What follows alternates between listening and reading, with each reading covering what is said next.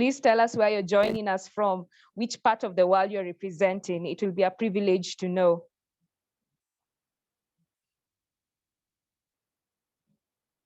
We have Kenya ably represented.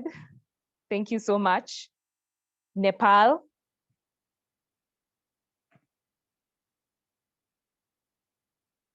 Peter Waswa, thank you, from South Africa, the Institute for Water Research. Interesting. Thank you, Rosalind West from the FCDO, joining us, one of our key panelists.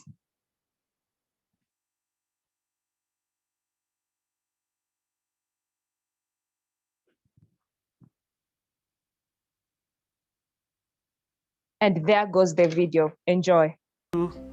ARIN, the 2022 ARIN International Conference is here. And this year's theme is Just Transition for the Poor. This comes on the eve of the conclusion of COP27, where key decisions have been made. We have a fundamental decision on loss and damage, which is basically targeting to support the most vulnerable communities in least developing countries. But Africa, as many other developing regions, is faced with a number of challenges, a lot of global challenges, from COVID-19 and of course to climate change and disaster risk phenomena.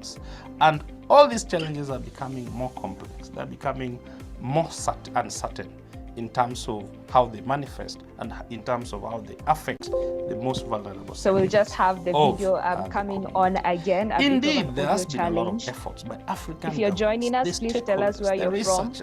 The different groups of people who have made enormous efforts to be able to support the continent in responding to some of these challenges. But one question that remains, in these responses, are our communities becoming better or are they becoming worse? These are the questions that are fundamental for the continent. The ARIN network is a consortium of over 200 researchers, policymakers, technocrats across Africa, and currently we are spread in over 36 countries in Africa with national focal points present in each of those countries. ARIN's aim is to promote research in science and policy based on evidence. Every year, the ARIN network organizes the ARIN International Conference, which brings together researchers and policymakers from across the world to discuss the implication of global challenges on the African continent and come up with possible solutions of responding to these challenges in an inclusive and sustainable way. The ARIN International Conference 2022 will be a 3-day virtual event held on Zoom. The theme for the first day will be envisioning a just transition for Africa. And on the second day, we'll be talking about building just and resilient community systems in Africa. And finally, we will close the conference with decolonizing policy research towards resilient communities in Africa. But as if that is not enough, we have lined up interesting side events for you during this conference period, and you can find them on our website. The conference will be taking place from the 7th of December to the 9th of December 2022 from 3 p.m. to 5 p.m. East African time, and the side events will be from 11 a.m. to 1 p.m. East African time.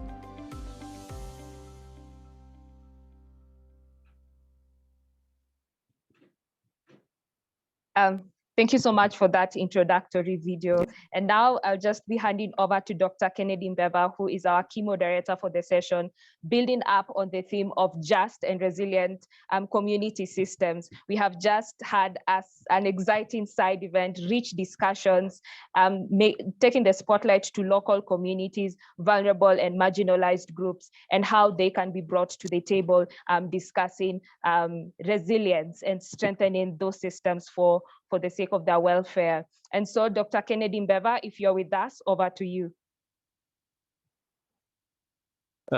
Thank you very much, Leah, and thank you everyone for your time.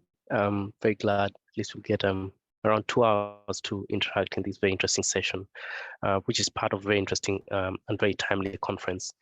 So I think in this session today, we'll be discussing about building just and resilient community systems, which links nicely with the topic that was discussed yesterday in the main session, but also in the side events. on the just transition. So it's a concept that is sort of a catchword or a buzzword right now, but what exactly does it mean? So hopefully we'll get to unpack a dimension of the just transition in this session. So without much ado, we'll have, in the format today, we'll have 3 parts. So we have slightly less than 2 hours to cover a lot of material. So it'll take a lot of cooperation amongst all of us to really get through the very interesting kinds of presentations. So we'll first have a keynote, 2 keynote addresses, which I think maybe I should modify that term to be keynote remarks because we have around 7 to 10 minutes maybe for each of the speakers to really give us a very good overview to set the momentum for the session. Then we'll turn to a panel discussion where we'll have 6 panelists, and each panelist will have around 5 minutes to share their reflections, not only on the theme of the session, but also building on the remarks by the keynote speakers. And then the last part, the penultimate part of this session will include a presentation of case studies.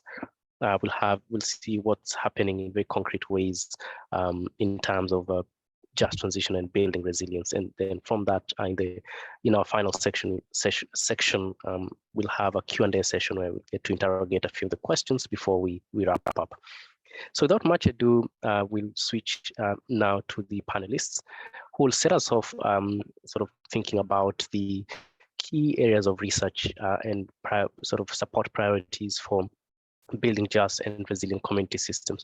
We're very fortunate today to have keynote speakers who have really been on the front lines of this topic, and they have a wealth of experience and knowledge that can help us to really frame this session well.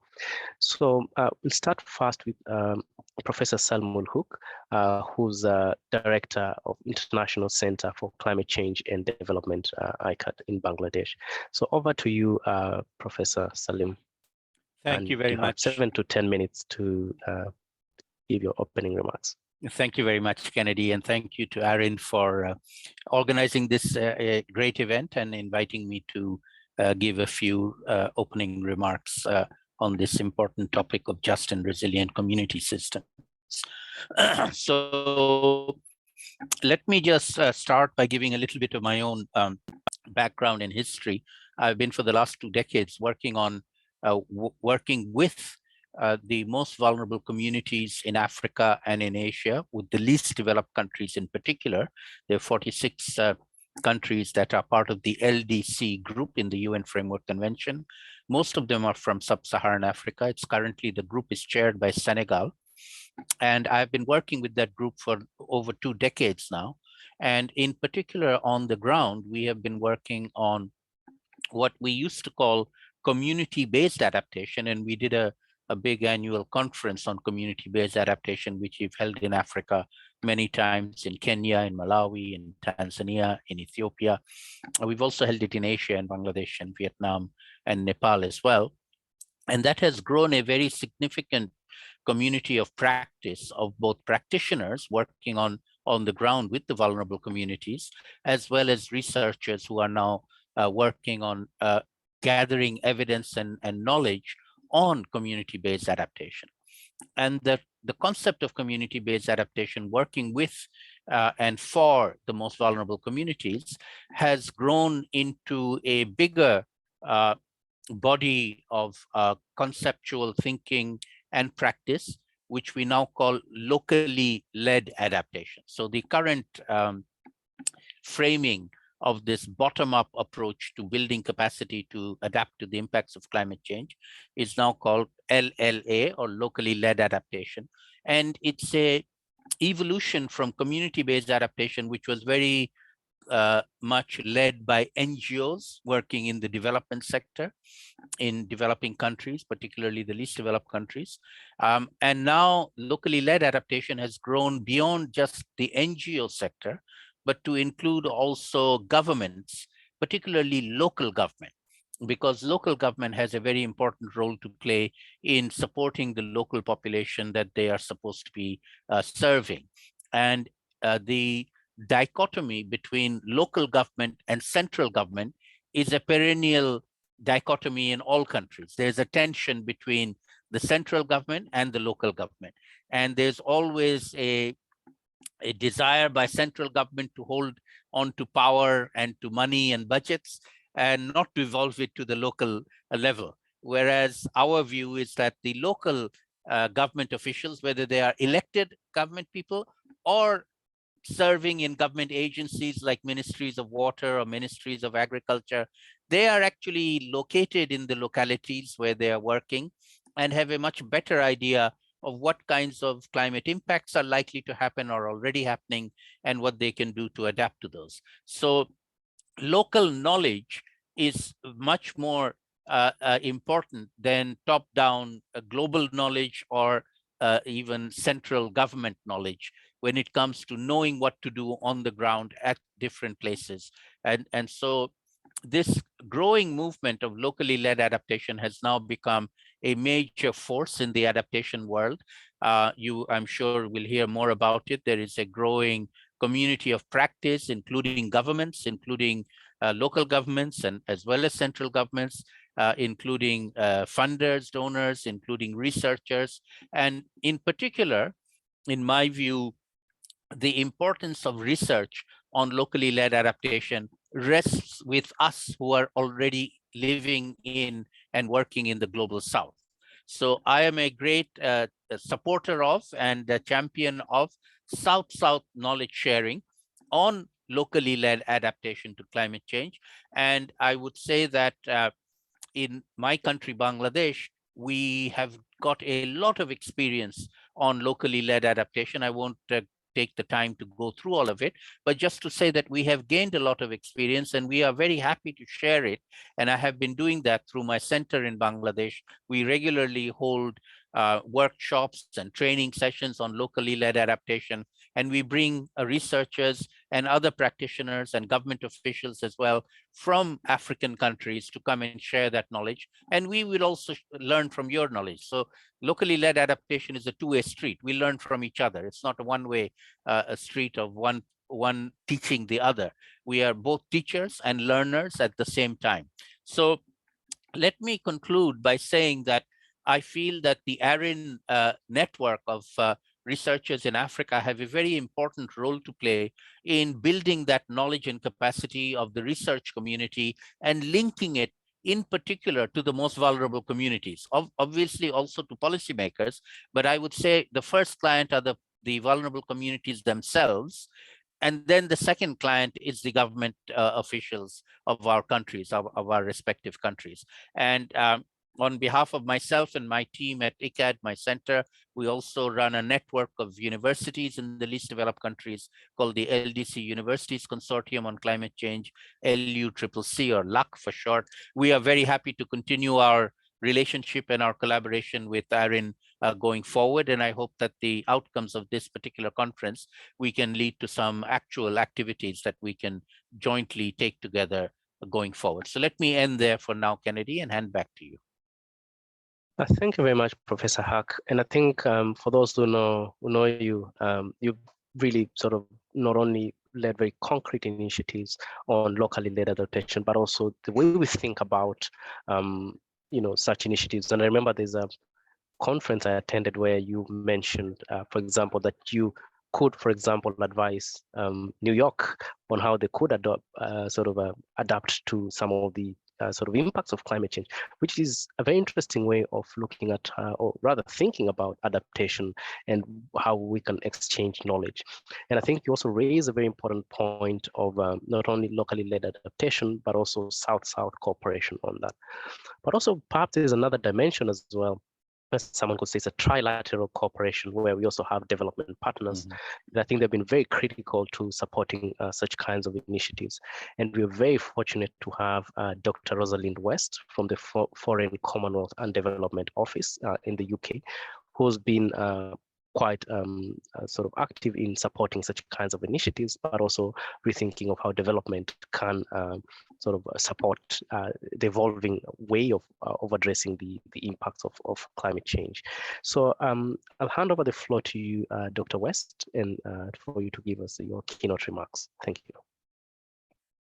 Thank you so much, Kennedy. It's a real pleasure to join you all today, and it's especially a pleasure to speak alongside Salim. And the Africa Research and Impact Network. I'm a really big fan of what you've been doing and your work, and I really think that delivering impact through research is what we've all got to be striving for. And this gap between research and action, we've really got to be pulling together to bridge that gap and ensure that we're really delivering evidence-based action. So as Kennedy said, I work at the Foreign Office in the UK, where I lead on weather and climate science advice, and I'm also responsible for our portfolio of research to enable adaptation to climate change in developing countries. And as part of that, I'm also the co-chair of the Adaptation Research Alliance, which we launched at COP26. And this is really committed to driving a paradigm shift that's focused on making adaptation research much more action-oriented and ensuring that we're really using the best research to support adaptation action on the ground. So, we launched just over a year ago now at COP26. We've now got over 150 members from a very wide range of organisations, from funders, academics, civil society, and international organisations. And we think that that diversity across those organisation types and across the different levels of organisations is really a strength, and has helped to build a strong case for how to go about research that really leads to real world change at the local level, as Salim was mentioning. So effective adaptation really requires needs-driven research. It requires research that is action-orientated, and also that is a collaborative effort between all those people who might understand different aspects of the problem, whether that's vulnerable communities or city officials, whether that's climate scientists, economists, or practitioners. We need to bring all of those people together to tackle this problem. One of the first things that we did as this alliance was to co-develop a set of principles called the Adaptation Research for Impact Principles. And all of the members of the Alliance have endorsed those principles and committed to sharing their experience of putting them into use. And I think that that really speaks to what Salim was mentioning about South-South knowledge sharing, South-North knowledge sharing, North-South knowledge sharing. As we don't really have time to be doing lots of different experiments in sequence about what might work or what might not. There are a huge number of things that are happening at the moment in parallel, and through sharing our experiences of what's working, what's not, we can all move much faster together. So I was asked to speak a little bit about, what are the major research and funding priorities for delivering scalable resilience that works at the local level. And I wanted to talk a little bit about the Climate Adaptation and Resilience Research Programme that the UK and Canada launched at COP26. And when we design research programmes, we have an opportunity, and I would say a responsibility, to do that in a way that supports and encourages these changes that we want to see in the research landscape towards this much more collaborative, much more transdisciplinary, much more impact-driven research. And that's exactly what we tried to do with this CLARE programme. So this is a £110 million research programme that's jointly funded by the UK and Canada, and it's aiming to enable socially inclusive and sustainable action to build resilience to climate change and natural hazards. And it does that by linking up short and long-term issues, providing much better understanding of the risks associated with climate, by supporting early action to reduce impacts of climate variability, whilst also enabling long-term development in a changing climate. And through this programme, in the development of this programme, the UK and Canada, we really wanted to put the adaptation research for impact principles at the core of that programme. So we've made it action focused from the outset. We've got a target of benefiting at least 5 million vulnerable people over 5 years. And it's really designed to deliver impacts on the ground, and we've designed its results framework to capture those impacts. We've also embedded the principles in the first major call that we had for proposals, and also in the evaluation criteria by which submissions are assessed. So this not only requires plans that show how projects will put the principles into practice, but we also had specific criteria that scored numerically the strength of the applications of these principles. And this demonstrated, this included demonstrating that research is both needs-driven and, crucially, Southern-led. So this was a very major element of our evaluation criteria for the proposals that came in. So the call was launched in April, and we received over 1,600 concept notes by June, of which 2/3 were led or co-led by Southern organisations. That was fantastic. It meant for a lot of work for us, but this unprecedented response to the first call, really confirmed this pressing demand for evidence to inform adaptation action, as well as a really strong offer. And by explicitly seeking and supporting Southern leadership, this programme, the PLAIR programme, recognises that Southern-led research and knowledge is much more likely to have an impact on adaptation policy and practice. This Southern leadership is really key to equitable partnerships that include shared responsibility and participation in the research design, in the research implementation, and crucially in the research uptake. And we know that it also helps to ensure mutual accountability amongst all the participants of the projects for the progress, the outputs, and the outcomes. So this has been really important to us. PLAIR also includes a really strong focus on collaboration across the projects, whether that's South-South or South-North, required within the projects, and enabled by convening collaborative spaces that create new opportunities for participants to work together across and beyond the projects. Now, if I just shift us back to the bigger picture of the Adaptation Research Alliance, over the past year, the Research Alliance has set up a tracking, learning and sharing mechanism for members to learn from one another and demonstrate how they're contributing to the ARA's vision. 2 different working groups have been collecting experiences on understanding climate risk on the one hand, and then on the other hand, on really bridging adaptation, action and research. And we hope that this type of learning, community, peer learning, will really help us to unlock further collaborations for the CLAIR programme and for plenty of other co-creation endeavours. In the first year of the Alliance, we also provided 25 micro grants to organisations in developing countries to really look at and examine burning issues that are impacting their communities. This idea, was to really ensure that these processes were entirely locally driven and identifying, that can help to lead to locally led adaptation. These micro grants were intended to connect quite diverse groups of action and research stakeholders to co-create an understanding of that burning issue at hand. And the money can act as a bit of an enabler and a catalyst to produce relevant knowledge, identify what are the needs, what are the opportunities for taking that next step in then responding to those burning issues in adaptation. And some of the things that we learned from that was really that enabled engagement with the most marginalized, to feed right into that solutions-oriented research. The approach really helped to strengthen relationships and identify, areas of synergy among the key actors who were participating. And it also showed, that stakeholder engagement is really important and is very valuable and is very wanted, from the actors. That actually it's mutually beneficial for actors and researchers to be engaging together to deliver that impactful research.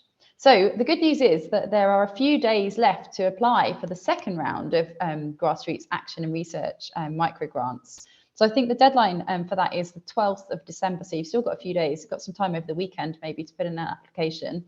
And these round of grants are up to £15,000 for 6 months. And eligible grantees would be organisations that are based in developing countries from either adaptation research or adaptation action, or ideally bridging the two. And yeah, you've got until the 12th of December for that. And then just finally, I wanted to mention another idea that we've just got started under the Alliance, which is 4 new co-creation spaces on the themes of smallholder agriculture, on nature-based solutions, on urban resilience, and on working with LUC, the Least Developed Countries Consortium, or Universities Consortium on Climate Change that Salim mentioned, to support national adaptation plans. So those spaces will really be bringing together, everyone who's interested in those topics and helping to develop some real action-oriented research programs that we hope will be able to get funded.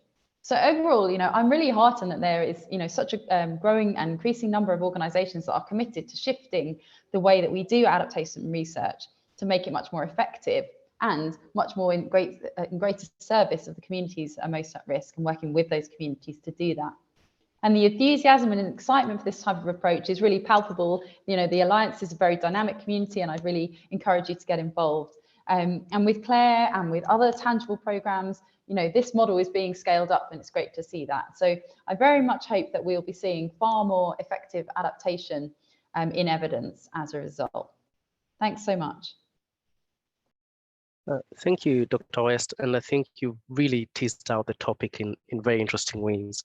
And I could sort of draw 3 key points from presentation, which really complement very well the points raised by Professor Hack. And one of them is thought leadership. I think it's really impressive seeing the FCDO sort of articulating a set of principles to underpin the various kinds of initiatives. And I think sort of from what you've presented, the principles are quite sort of nimble in a way that they're adapting to sort of the changing needs, but also understanding of what kind of adaptation is needed. And I think in terms of, you know, thinking about the kinds of support, those principles are really good foundation. I think the second component, which I found quite incredible, is also the issue of research. And I think sort of connecting the research and, you know, the very direct interventions, I think is quite interesting, and especially sort of tying the research, or rather having the research guided by the principles that you've articulated on the adaptation research, I think is very, very critical. And I think also tying that to the third element of impact. And I think in terms of adaptation, impact is really critical, because if the initiatives don't have any impact, then it's as good as having no initiatives at all. And I think that sort of trifecta of you know, thought leadership, you know, just pushing the frontiers of how we think about the issue, research, you know, developing the criteria, as you mentioned, the tracking system, but also sort of building up the evidence base of how, you know, what are we learning from what we've done, and how do we push that forward, I think is quite good. But also the issue of impact, and I think that cannot be emphasized enough, and with the sort of growing impacts of climate change is really important. It's really important for us to understand which initiatives have impact or not. And I think on the final point, to mention a very important date, which is 12th December, and we all like money. Someone said money is not evil, but the love for money is. And I think money is critical to sort of supporting these initiatives, and it's good to share the information on the ground. So if you could put the link perhaps in the chat, that'll be very, very useful.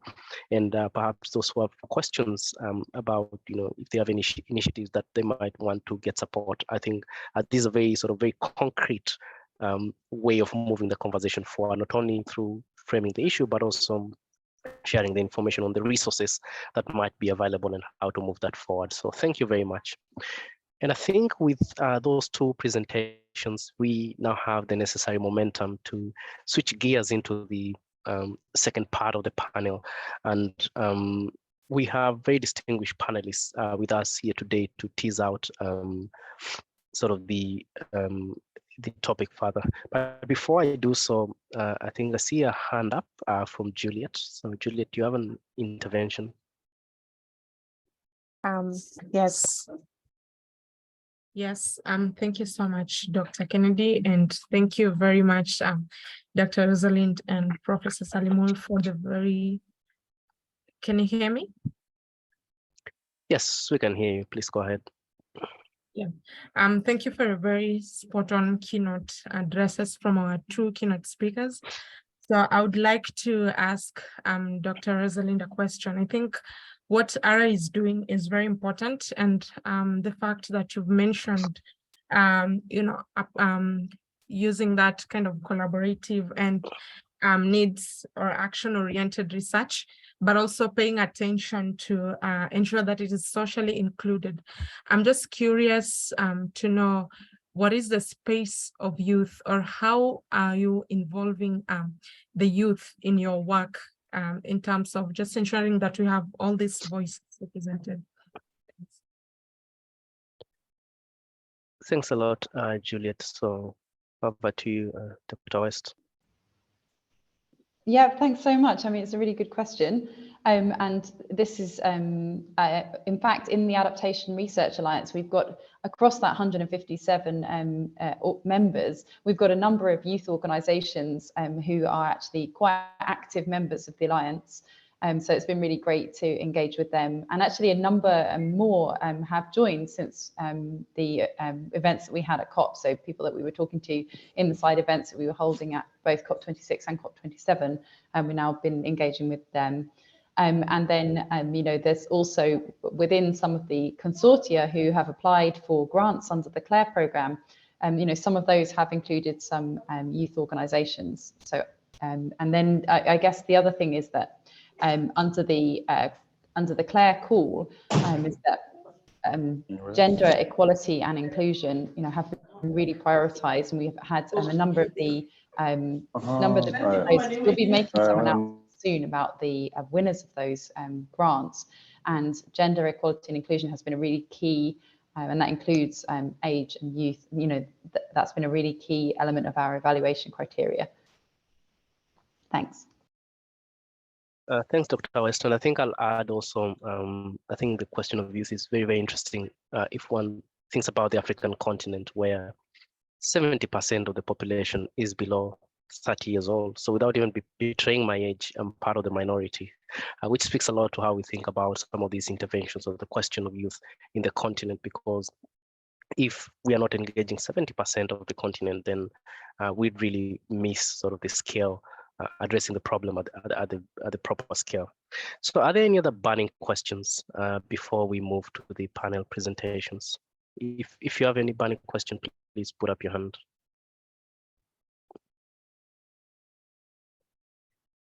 Great.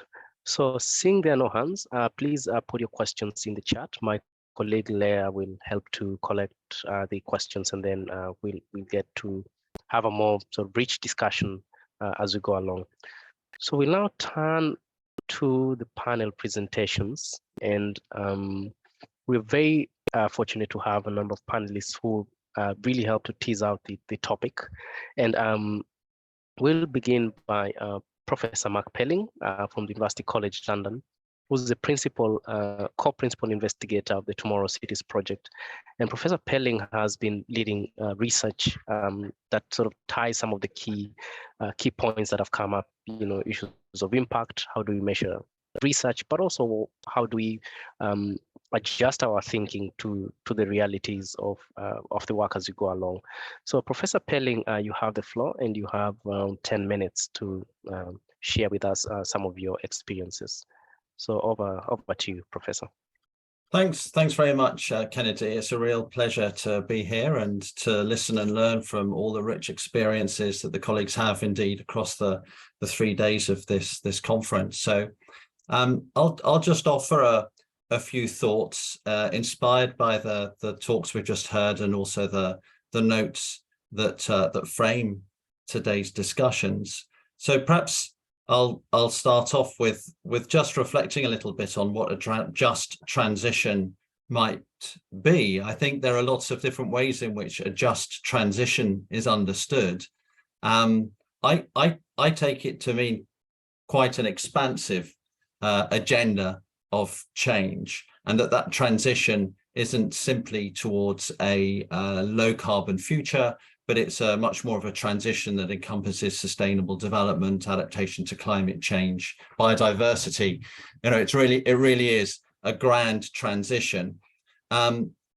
Within that, then, if one takes that particular reading of what a just transition is, then one recognizes it's already happening, that it is effectively development, and that means we have a legacy of development failures and a whole set of institutions operating at the local level, but also nationally, internationally, through market relations and so on, that have led to the conditions in our relationships with each other and our relationship with the environment that have generated the risks that we face. So that making change requires some disruption in those relationships. And that's quite a challenging thought, that we are embracing disruptive change in the search for a just transition. So justice then becomes a cornerstone to that approach towards enabling change. The history of change making suggests that the powerful gain more power during processes of disruption, economic change, environmental change, natural hazard-based emergencies, for example, by and large, resolve in more power being concentrated with the political and economic elite rather than them being distributed, despite humanitarian interventions and international development finance. So the normal position during periods of disruption is increased inequality, and I think we have to be really clear that those are the conditions in which we're operating. We're not operating with the natural flow of a progressive development future. We're operating against that, and so the ambition is really high, and it's as it should be. One very practical way in which maybe we can approach that, and listening to Salim and Rosalind's very wise words, is the acknowledgement of the importance of accountability. And that takes us to the global goal for adaptation, of course, which is, it is a global goal. It is being organized to bring together national governments to commit to adaptation funding for probably their own actions. But if we acknowledge that a just transition is about really fundamental change, then accountability that brings a local voice. So, and here I very much sort of channeling Salim's perspective, a local voice is essential. And we have an awful lot of expertise at the local level on witnessing developments locally, self-assessment of adaptation and development actions, holding others to account locally. But I wonder if the global goal for adaptation is going to head in a direction that will allow that expertise, those frameworks, the richness of that local accountability, self-assessment, as well as assessment of others, to come to the fore. We had a question about youth. One could read into that questions about all sorts of other important population groups that might fall out of local accountability frameworks because of established culturally embedded inequalities locally. So accountability, local accountability isn't simple, but it seems that raising local accountability frameworks up to some kind of national and even international mechanism is one really important lever that we as a community have to hold to account that global goal for adaptation, to make that transition just. Just another couple of points before I wrap up. I've been challenging very gently that sense of the local, and it's one of the questions that's been posed to us is the relationship between research and practice. And good researchers do this, but it's not always the case. And it is really difficult not to romanticize the local, not to simplify the local and present it as a reductive, a kind of a homogeneous space. We all know in our own lives, our own families, households, relationships, that the local is diverse, it's conflictual, it's dynamic. And very often, because of the pressures of life, even the most educated, the most privileged in our societies, we focus on the very immediate, what we're doing today, tomorrow. We don't have time to have sight of what might happen in years to come, how different systems interact. So the way that we engage with those diverse, conflictual, dynamic local spaces really has to take care ethically, not to burden or romanticize local actors, but rather to draw out local expertise. And so this comes back to those mechanisms of accountability, that they can't be burdensome, but they also can't be complex.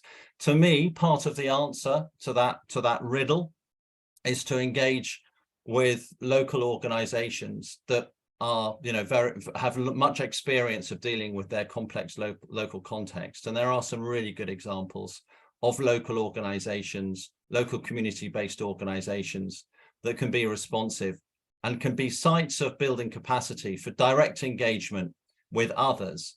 So it's this movement I'm trying to encourage or describe across scale, of course, requires local leadership, but it also requires intermediary organizations at regional, national, city level to really want to support that movement. So sometimes it's called a messy middle, the relationship between community-based organizations and local government, city government is a really magical space where that works, where there's openness to new ideas. One can bring together the energy of the local with the capacity of government to make change. So maybe a last comment on loss and damage, which has been mentioned a couple of times, and it connects to the global goal for adaptation, of course, but loss and damage by the very wording suggests that an impact has been received. Well, that's the case. This is funding for making good the harms of carbon heavy development from the global north by and large. But of course, we know from disaster risk reduction or proactive adaptation that reducing harm, which is really what this is all about, is not best done by responding to loss and damage, but by acting on the drivers of social vulnerability and exposure. So really, one hopes that the local voice that demands change that's transformational and just acts on the causes of social vulnerability and exposure to hazard, not simply making good some of the impacts received from climate risk. So thanks very much, Kennedy, for allowing me this time. And as I said at the beginning, I'm really here to listen and look forward to the discussion. Thank you. Thank you very much, Professor Pelling. And I think you raised quite a number of really good points. I'll highlight 3 of them without prejudice. The first is where you mentioned the disruptive changes. And I think post-COVID, we all feel in one way or the other, the world is very unstable. It seems instability is the new constant or the new normal. And, you know, from conflict to, you know, food crisis, to energy crisis, to debt crisis, to the climate crisis, it seems there's no shortage of crisis, and they're all occurring simultaneously, and they're all significant changes. So perhaps I'll take that opportunity to throw in a word that is doing the rounds, but of course people are debating what exactly it means, and that's a polycrisis, meaning we have multiple crises occurring simultaneously. Whether that's something new or not, I think that's up for debate. But what is clear is there are numerous crises that are facing us, and especially the most vulnerable groups are the ones who are bearing the disproportionate impact, be it inequality or, you know, food insecurity, etc., etc. So I think thinking about climate change and sort of the connections with other elements is absolutely critical. I think the second point that I take from your presentation is the issue of scale, where you really draw a very good connection between, you know, the local, you know, where the impacts are and where we need to respond directly, but also the various levels, all the way to the global sort of multilateral level where we're working on the global goal on adaptation. And one would wonder, as you raised the point, you know, how do we connect those multiple levels? You know, as we're responding to the impacts at the local level, how are those insights sort of going all the way up to feeding into the processes such as the global goal on adaptation, and also some of the metrics that we're developing at the multilateral level? How are they making their way all the way down sort of to where the impact is? So I think, which brings sort of finally the last theme or the third theme that I take from a presentation, one of interlinkages. You know, how do we link those various levels of responding to the impacts of climate change? You know, how do we connect with loss and damage? We had a loss and damage financing mechanism agreed at COP27. What exactly does it mean? You know, it's a multilateral instrument, but, you know, are we seeing bits and pieces of that on the ground? How do we translate that to sort of being on the ground? And the issues of accountability and, you know, linking the various groups. So I think those are very, very interesting sort of themes that sort of come out very strongly from your presentation. And I think we're getting a picture that, adaptation or responding to the impacts of climate change is not a simple matter. It's a very complex matter. And we need all hands on board, or all hands on deck. And at this juncture, we have another sort of a very exciting panel presentation from Miss Lindsay Ward, who's an economist at the Central Bank of Bahamas. I think in this day and age where we have inflation, we've seen the central bank take center stage. But then one also becomes very curious on what does the central bank have to do with climate change adaptation. And I think I have more questions than answers, and I'm sure we all are very much anticipating the next presentation from Ms. Lindsay Ward. So over to you to really enlighten us on that theme and other related themes.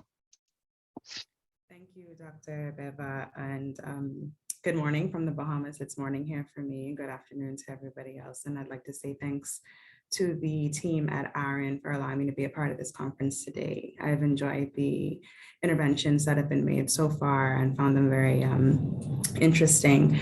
I'll start by saying that I think I was asked to be a part of this conference due to my former role, which is advisor for the executive director of the World Bank Group, because there I did a lot of work on small states and advocacy for climate issues on their behalf. So my, I guess, intervention today is more geared toward that as opposed to central bank's intervention in climate, because you're right, there's very little. And so it's just the new role that I'm sitting in, but not the hat that I'm wearing this morning.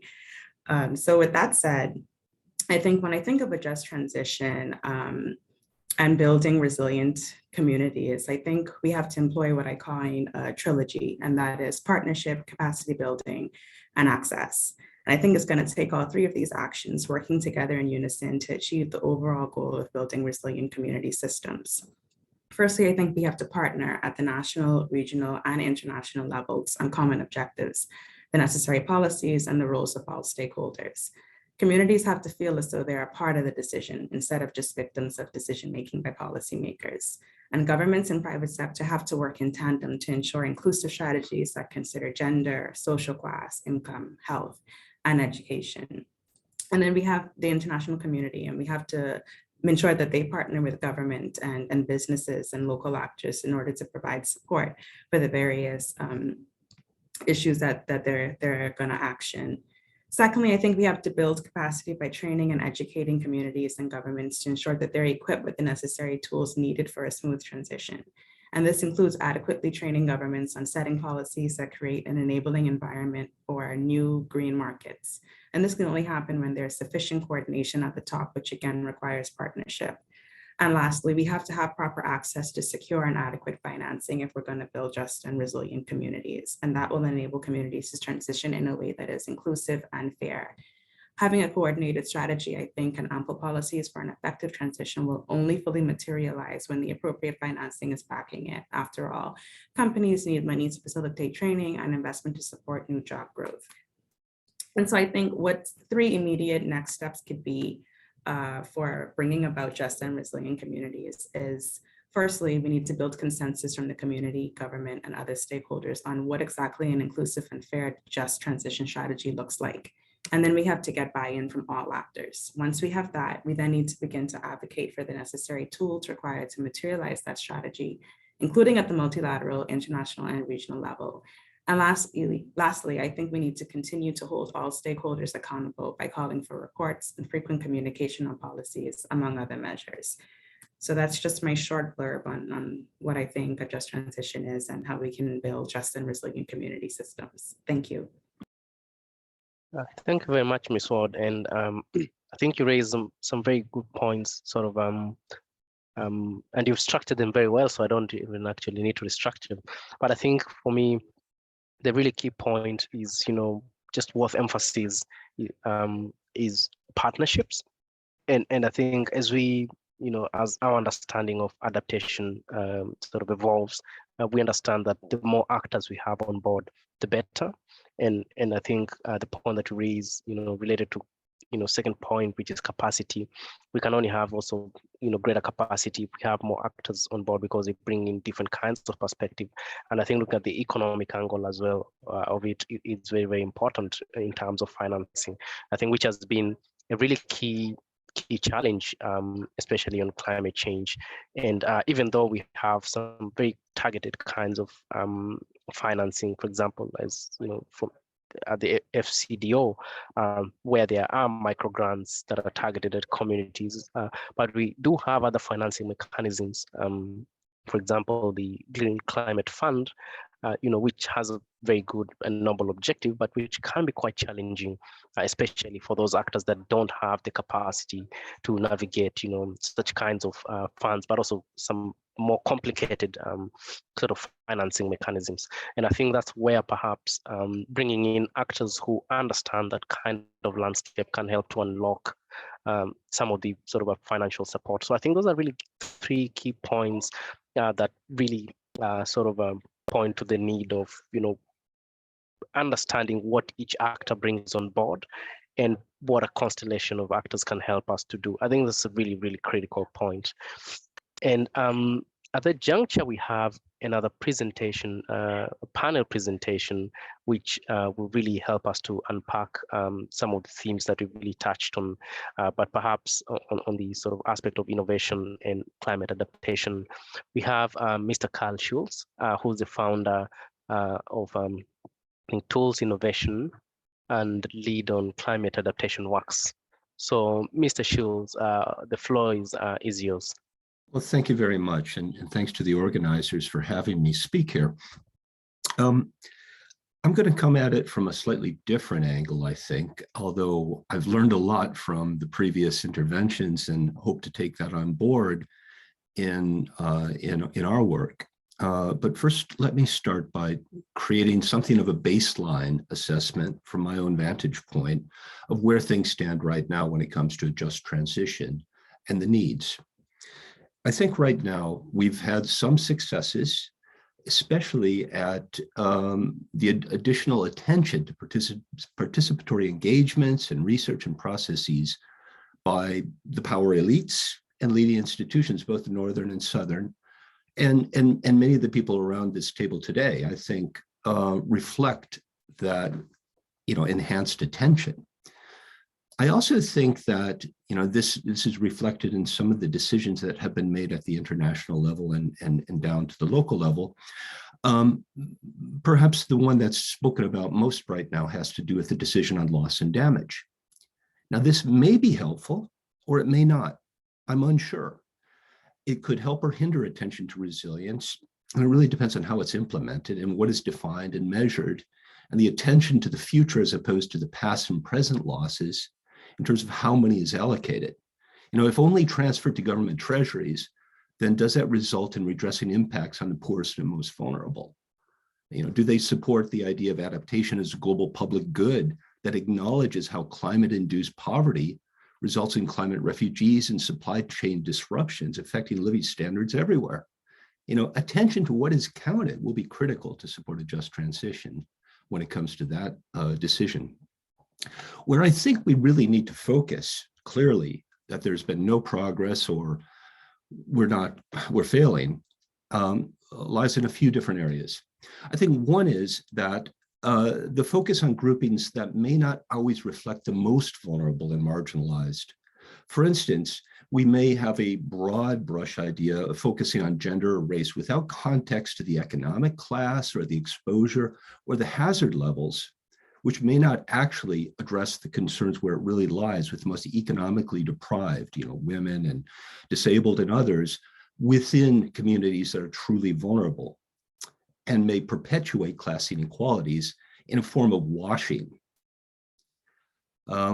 Another thing that I think we need to work harder on is attention in developing countries' research and analysis on a very high end, we talk about the most vulnerable countries without always recognizing that the subsets within the countries are important. And that gets down to the local level, but also can be looking at different cities, neighborhoods, and so on. A third thing I think is important is that there's been insufficient attention to the long term and the future. There's been a limited focus on adaptations and adaptive capacity interventions that are intended to stay around for decades and evolve.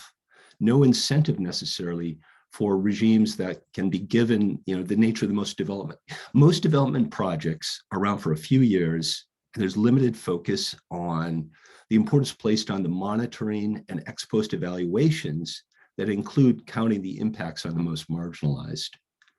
And so I'd suggest a few things about how we can bring in new ideas, new approaches that might help. I think that metrics and systems taxonomies are very important in counting in a more sophisticated way the status and the progress related to poverty. I represent also the International Platform on Adaptation Metrics, or IPAM, and we've developed something supported by the UK FCDO, incidentally, called Adaptation Metrics Mapping Evaluation, or AME, that tries to identify better the metrics needs that can be deployed explicitly to support pro-poor adaptation metrics frameworks. I think that we need to focus more on the economic, social, gender, and other status considerations at a more granular level. I think that approaches that hone on to how exogenous support, money from outside, skill from outside for adaptation and adaptive capacity can be uptaken sufficiently, but not too much, to result in effective behavioral change by all the agents of the adaptation, including the most marginalized, that's sufficient but doesn't create maladaptive incentives. I'm nearing the end. Approaches to support more direct exogenous rewards for reducing vulnerabilities that take into account the lower adaptive capacity of the poorest is very important.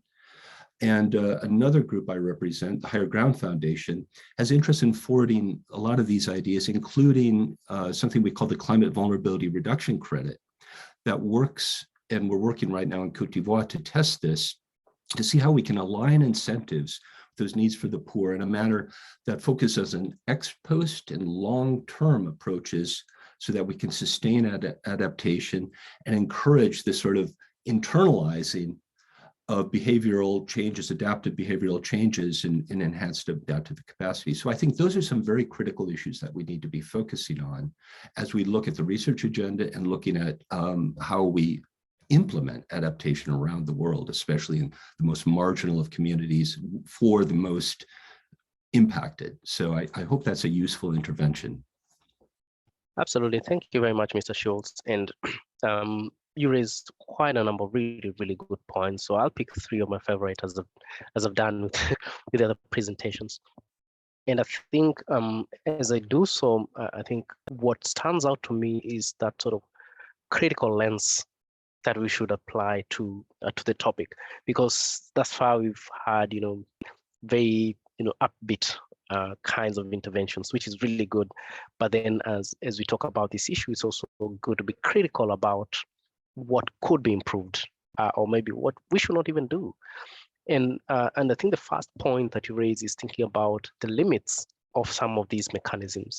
While there was a lot of celebration about having a loss and damage financing mechanism, which is a good thing in and of itself, but then there's a critical question of how do we translate that into practice so that we can fulfill these objectives. And that sort of raises the question of we've had other kind of financing mechanisms before. Have they fulfilled the objectives that they were set to do? If not, what are the challenges, and what kinds of lessons can we draw from that so that we approach some of these very high level kind of mechanisms or highly visible mechanisms in a way that is very pragmatic, where we are cognizant of this is what they can do, but these are the limits of what it can do. And things like loss and damage are very contentious. It's a very contentious topic. So I think that we cannot run away from that sort of kind of thinking very clearly what it can and what it cannot do. I think that point is really worth emphasizing. It doesn't mean that it should dissuade us from moving forward, but it's a reality check that we really do need to look at without rose-tinted glasses. So on to the second point, which sort of moves the conversation then, in terms of, we've really talked about the present, what needs to be done now, and, impacts logically sort of invite sort of very quick interventions. But then also that is very, very important, but then there could be limits to such kind of short-termism. If we start thinking, of course, they say, predictions for fortune tellers, but either way, you know, given all those uncertainties, we have to think ahead of, you know, how the topic might change, how our understanding might change, and building sort of a kind of learning where we can update our thinking, but also how we approach the issue. So I think that issue of foresight analysis is really, really, really critical. And I think that sort of really addresses one of the big issues in adaptation, which is maladaptation that you've raised, and where we can quickly learn, you know, of what not to do, because some of those interventions might have adverse impacts, and sort of knowing what to sort of focus on and build on. So I think that point on foresight analysis is really, really critical. But also thinking of, you know, linking that to the issue of the mechanisms that are being developed for now. They're here to serve us for a long time, but the context changes. And so we also have to be very much alive of, you know, the dynamics as we move forward and have a more flexible view. I think the last point is sort of like the kind of broadening the suite of tools that we have, or mechanisms. You know, there are those we know, just to quote the famous Donald Rumsfeld, you know, they're non-knowns, those things that we know and we know they do work well. There are known unknowns, those we know that we do not know, and maybe we could develop, but also open the space for unknown unknowns. You know, there might be some creative solutions sometime in the near future that might really help us to address some of these questions. So, and I think you had a good challenge for researchers to not confine themselves to what we do know, but also be the kind of ambitious and think about what we might not know that we don't know. And I think that's where also, you know, partners like FCDO can really come in and support some of those exploratory kinds of analysis that, you know, are hard to justify, but, you know, do have relevance going forward. So and I think that's really good presentation, and already you can see two very quick questions. So we'll take two very quick questions, one from Molo, one from Leah, and then we'll move to the next session. So Molo and Leah, and then if anyone else has a burning question for the panelists, but also the keynote speakers, please put up your hand, and then we'll take a round of questions. So we'll go to Molo and then Leah, and then our panelists and keynote speakers can feel free to pick up any of the questions that they prefer. Molo, over to you, and then Leah.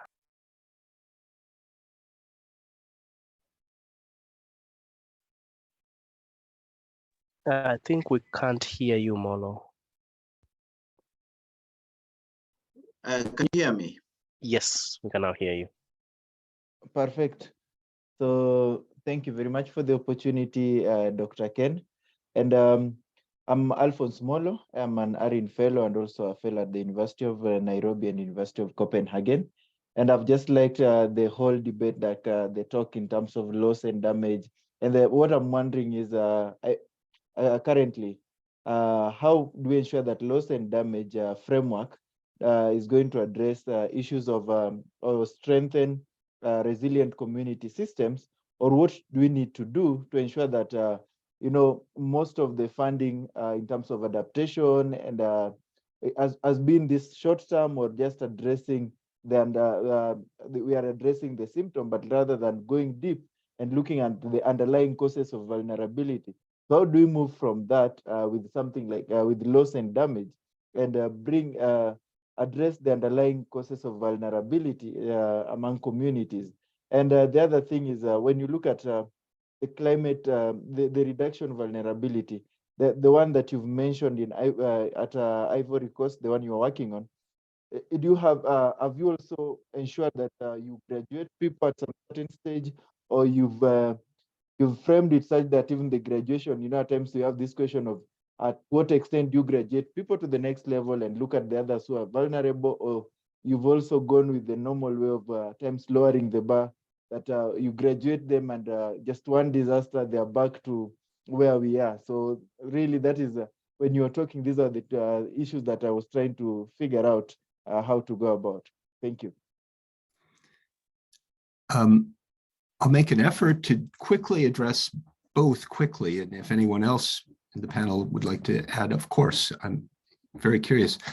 I think the issue around loss and damage that I'm concerned about, but hopeful as well, has to do with the definition. And also, I mean, if we consider loss and damage to be only compensation for current or past impacts, then but alternatively, even if we do count that, but if we don't say, well, how should you be looking at the future? How should you be looking at how we're not going to have these in the future, or not as many of them, or the impact won't be so bad? You know, that's, I think, the question.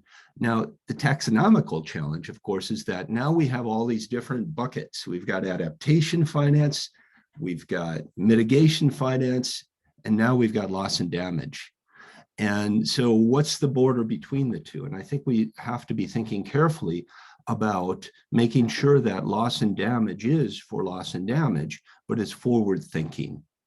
And so adaptation becomes a part of this. And so we don't have loss and damage at as the same level as we currently do. I think that's critical. Our experience in Cote d'Ivoire and Ivory Coast is that we're trying to deploy an approach, and we're looking both at piloting an approach where there's a data challenge regarding being impactful and understanding how we can deploy our metric in a manner that allows for us to award credits year by year, going forward many, many years, that can create sufficient incentives for people to maintain, sustain, and mature and evolve their adaptations. And I think that that's a big challenge. Other challenges relate to how does this instrument get incorporated into the overall climate finance approaches so that it is complementary and allows for a more long-term perspective as opposed to just a more immediate, capital investment up front, and then 3 years later, hurrah, we've succeeded, project's over.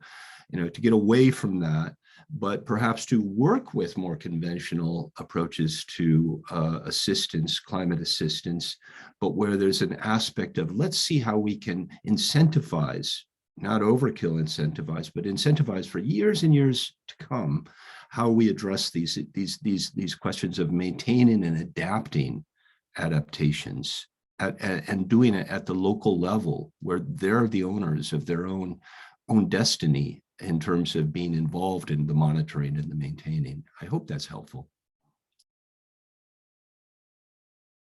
Yes, that's very, very helpful. And I think as Leah, you sort of ask your question, maybe I'll open up that sort of the question also to our keynote speakers and to the panelists in a more conceptual way. You have a wealth of experience, and but it seems we're really struggling to think about or start sort of connect some key elements. As you mentioned, Mr. Schultz, we have mitigation, where we have to cut down emissions radically to reduce the impact of climate change. But we have adaptation where we have to respond to the impacts that are ongoing. But we also have loss and damage where there's damage that is coming, that is a result of some of the climate impacts that is not necessarily sort of adaptation.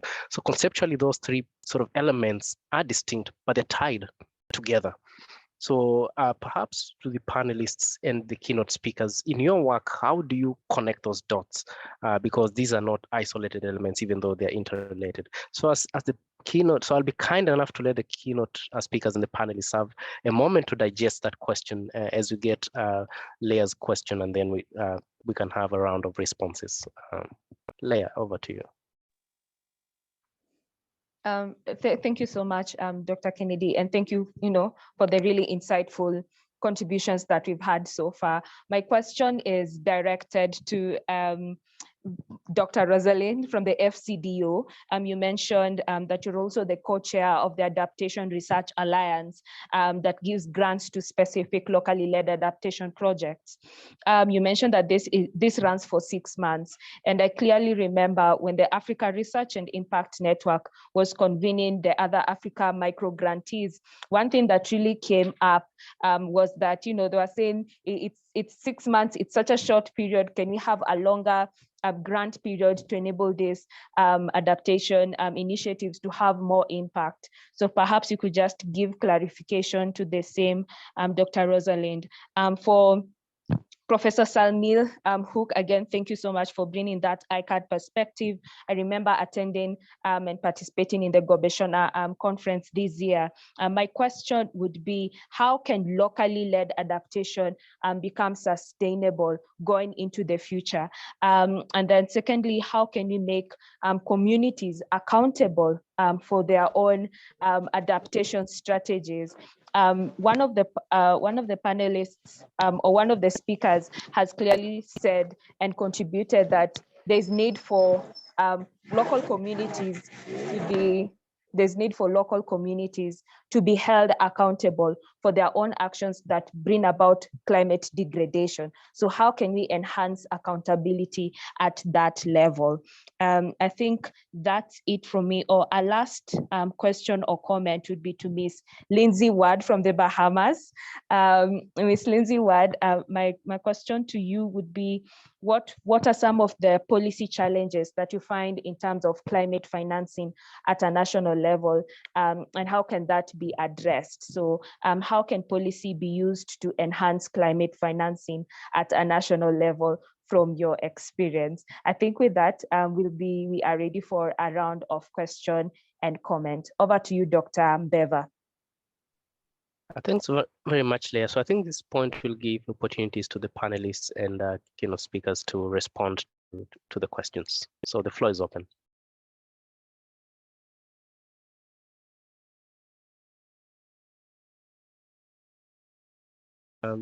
Anyone wants to go first?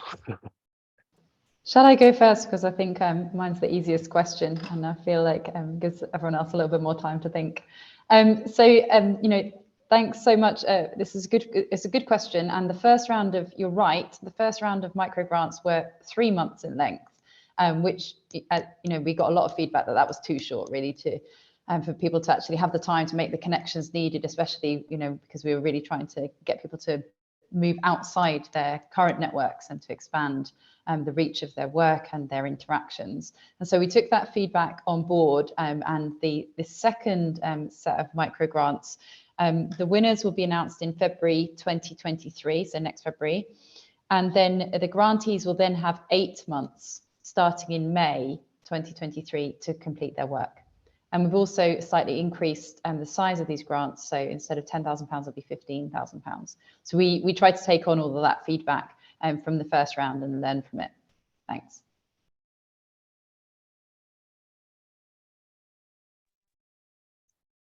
Thank you. Anyone else wants to jump in? So I can come in next just to respond to Leah's question, and thank you very much for your question. With regard to policy challenges around climate financing, I'll speak mostly to small states, since that's the area that I worked in, and that's really what I was referring to when I made my intervention. I think the challenges around climate financing are twofold. Firstly, we have what I call very rigid and complex structure of financing that countries sometimes face when it comes to the multilateral community in particular. A lot of times there are financing pots available to these countries, but the process to get them is often slow and very, very complex. And so it takes a while for them to get all of the paperwork out and even meet the requirements, not because they don't want to, but simply because they're very constrained with their capacity due to their small size of the country, and mostly because there are often a lot of instances where there are only 3 or 4 people that are taking on the brunt of the work for the entire ministry at a government level. And so it becomes very difficult for countries to access this financing. And then once they're approved, even the rollout of the financing is oftentimes very, very slow. And so it's ineffective in supporting the cause that it's intended to.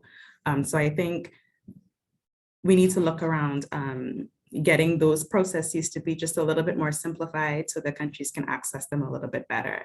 And that's really the policy challenge that I was speaking about. Thank you. Awesome, thank you. Yes. I can jump in on the broader framing as well, perhaps, of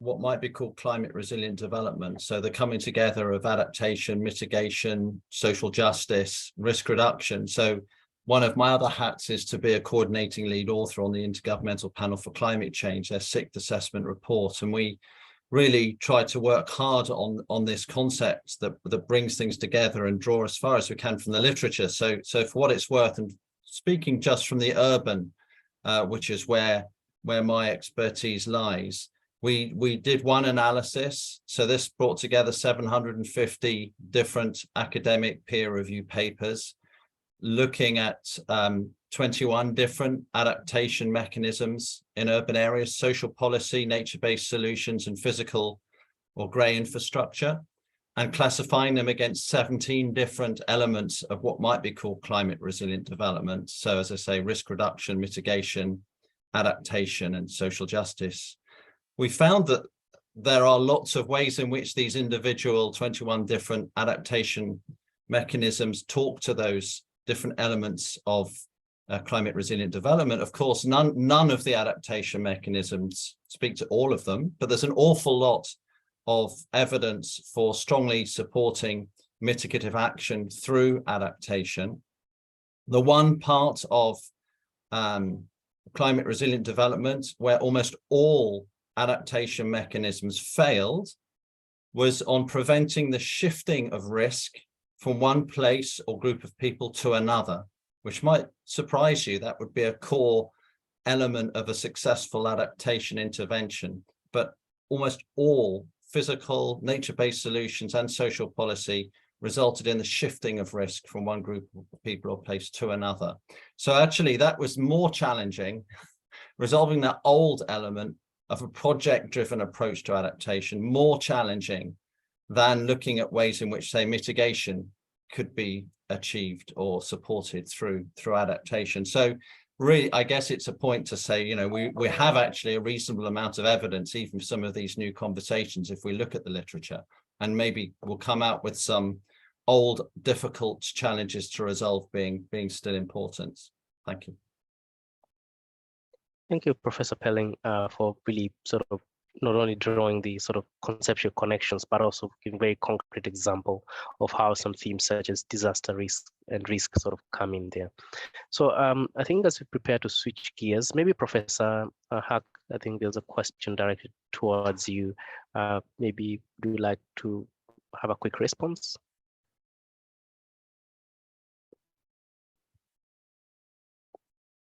If not, then I think we can proceed to sort of the penultimate section of this really, really rich discussion. And so we do have a couple of case studies that will really help us to dig deep into, you know, these topics. We've had very interesting presentations from various experts on some of the initiatives they're sort of undertaking, but also how they think about the problem. But we do also have some researchers who sort of would like to share some of their work. So we'll start with Ms. Miriam Volonarivo, who's the founder of the Malagasy Youth for Sustainable Development in Madagascar. So Ms. Miriam, you have around 10 minutes if you're available to sort of take us through your presentation before we go to Mr. Charleston.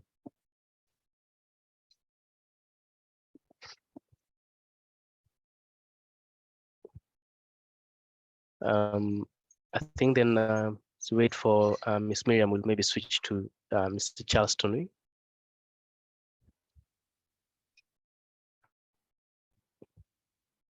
Okay, the floor is yours. Okay, thank you. Let me share my presentation.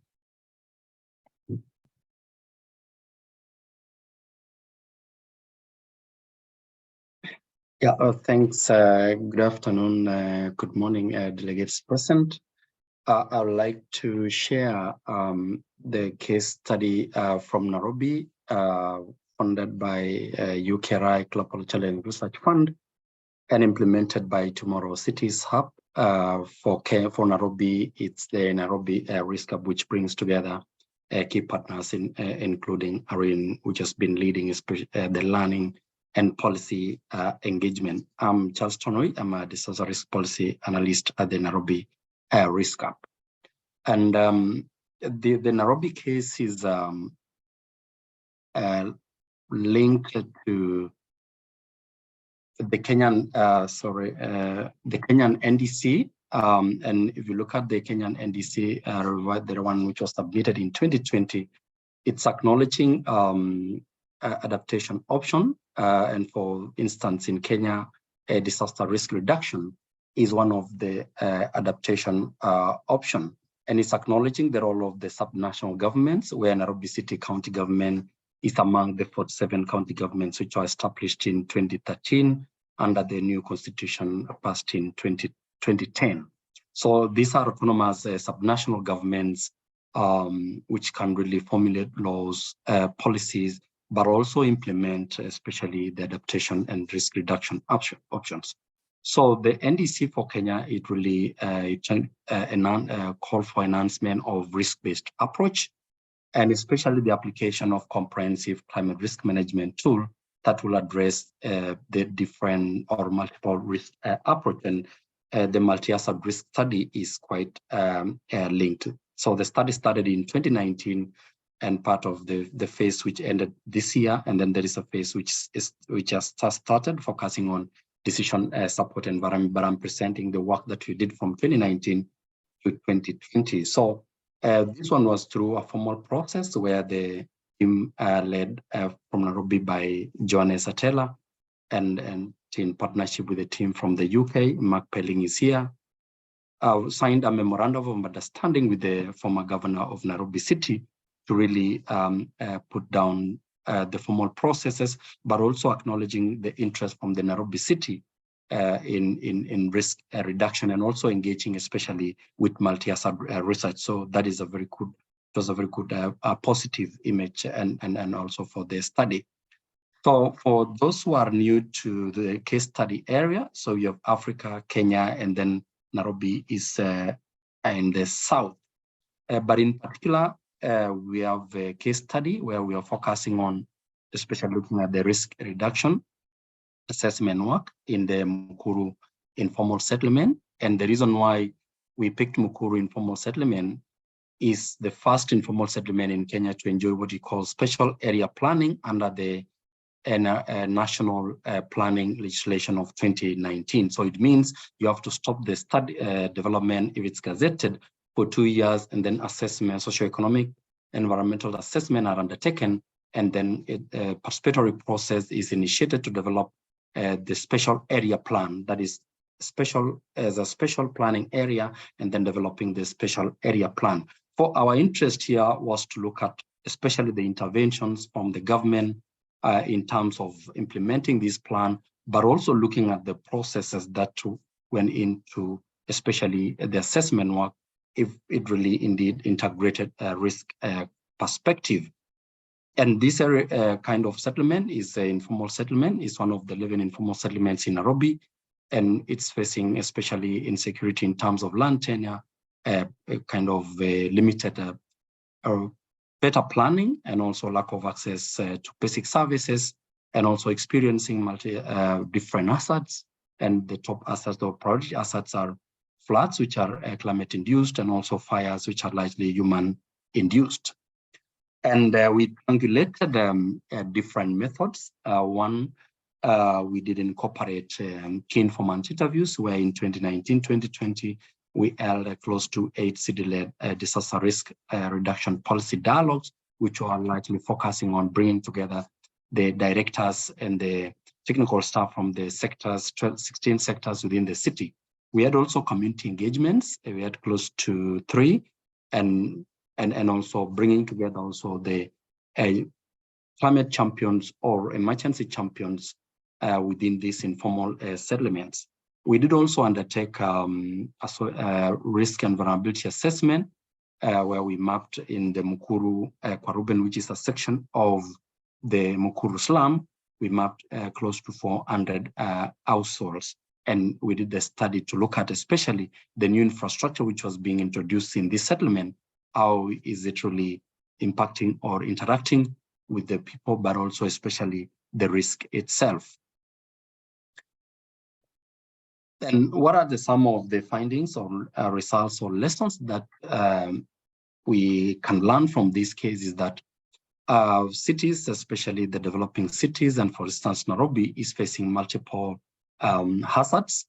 And especially fires are quite common. This is in the right-hand side. The map, the graph featuring the blue is all types of fires.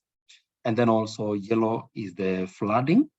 These are the others that we managed to focus on. So we came to that understanding and we tried to look at especially how is flood especially manifested, for instance, as a hazard. And if you look at the stream density that is on this is the map of Nairobi, if you recall from the previous slides. And the stream density shows that there are various streams within Nairobi, which are channeling water towards the west. And if you come to the map at the lower on the left, the blue color is where Mukuru slums lies in. So the red shows that there is high as a flat risk zone. Mukuru slum lies within the high flood zone. So this shows the level of vulnerability and exposure of the population and the infrastructure, but also the understanding of the interaction of the different assets. In terms of understanding the institutional arrangement within Nairobi, we did map the institutions, but also looking at both at the national, global, and at the city level, but also at the informal level. And this graph, this figure actually is what we used when you are analyzing the institution, but also the policies and getting to understand especially the role of the different institutions in terms of policy formulation, policy implementation, and making input. And if you look at the blue, it's more of largely policy formulation. If you look at the red, they play the role of policy formulation and input, and also the implementation actually is the red, and then policy formulation the blue. And then if you look at the dotted lines, this shows these are the institutions who are playing significant role in terms of making an input. So what are some of the lessons that we can learn or from this is that Nairobi climate and disaster risk landscape is complex with multiple actors with different roles and knowledge demand. Second is that the work is actually demand driven in such a way that it is informed by the needs of these stakeholders. And there is a gap in terms of perception and understanding, and also especially the capacity in terms of respond is still largely emergency, but also the tools, there are no concrete tools which can actually be ascertained that this can support especially comprehensive multi-asset mapping. And also one of the key lessons which I didn't capture here is that in terms of responsibility with these multiple actors, if you look at the dotted lines, shows that these actors are having direct influence. And it means that if you look at the lower level of the informal settlement, it shows there are multiple actors who are not really showing especially that kind of polycentric approach in terms of managing or governing risk. The other lesson also we can learn from is the policy mapping, where we did map at the upper part of this graph, in this line. We have got the national, immediately after that, and the regional and the global. And the lower part shows the policy processes or policy documents in Nairobi City at the lower part. So you look at the upper part of this national, there are sufficient policy documents, and for the framework itself is quite comprehensive. But at the lower level, there is limited policy work that is going on, even though the Nairobi City did pass the legislation in 2015, it's yet to develop the policy, the plan, the strategy. At least also we can have at this point that 10 sectors did develop what we call the standard operating procedures for disaster risk reduction, which in the next slide I'll share. When we try to look at especially the level of risk integration in this policy document, what was the extent, especially at the department or the sector level. So when we looked at using the lens of risk to map risk within these standard operating procedures as policy documents that sectors are using to reduce risk, we noticed that there is no risk integration in all the standard operating procedures, because if you look at the H, that is hazard, E is exposure, and V is vulnerability, you need to have the product of this so that you can have identify if risk is integrated, but you realize there is either detected in terms of positive that it shows detected, but negative is not detected. So the key 3 parameters for risk were not all detected within the sectors. So what are some of the work now after that? When we work with the city directors, the policymakers, and also the communities, we identified also the capacity gaps. And this year, we did undertake capacity support, especially for the directors drawn from the various sectors, but also the technical staff. But likely they were attended by the technical staff and the directors from the disaster risk management department, but also urban planning, and also we had the directorate in terms of partnership and also engagement. And this is the work that we are using the evidence from the research to inform the capacity support. It's an ongoing process now where the new phase is just begun. And then what about in terms of really transitioning research to relevant platforms? So ARPA and the ARIN have been really spearheading, especially the engagement at the city level, regional, and the international level, but transitioning jointly with the city's stakeholders, the evidence to those policy platforms where there is an opportunity to not only inform policy, but also influence research options or research agenda, but also in terms of lessons. So we have been running both virtual and face-to-face, and we got the opportunity also to link with Kopeshona, led by Salim in Bangladesh, to really look at South-South learning, but also really shape also the global processes, where in COP26, the Tomorrow Cities made a presentation, but also in COP27, I did present especially on community risk work or community risk assessment, which is led by the community as an opportunity for really integrating the communities and also empowering them to integrate risk at the local level and urban planning. So what is the entry point from the research perspective, especially in the formal disaster risk reduction policy platform? For those who are familiar or not familiar, on the left, you'll see this kind of wheels. It shows the learning disaster risk platforms, which are supported by the UN, but also adopted by the national government and also the sub-national government, as also provided for in the Sendai framework for disaster risk reduction. And on the left is the disaster management cycle, or for us, we have incorporated disaster risk management cycle. And the entry point for research for us is at the prevention phase. And also, as you look at the engagement, especially our entry point is at the sub-national level, where we are looking at really local urban planning, which is sensitive to the risk in the future. So this is our framework that we are using as we engage with the urban poor. So what are some of the lessons? Realigning subnational policies with the national policies and the local context should be informed by action research, and especially towards delivering the NDCs at the country level. And because, for instance, Kenya, the subnational government play a very significant role in the implementation of the climate actions. And also it's clearly defined roles, mandates between the governments and the agencies and stakeholders in the resilient building is fundamental. If you look at the stakeholder or institutional mapping that we did, demonstrating that there are multiple players, but in terms of who is responsible for risk reduction is quite complex. And we see that kind of emergency approach instead of proactive. Subnational governments need to foster multidisciplinary, multi-agency, and multi-sector approach, and especially in terms of co-developing risk assessment tools. For the risk assessment that we did in Mukuru, we did look at close to 719 available assessment tools, and then we narrowed down, we co-produced with the community what was kind of relevant for the context. And also the technical capacity to Africa should not only focus on capacity creation, but also capacity utilization and retention.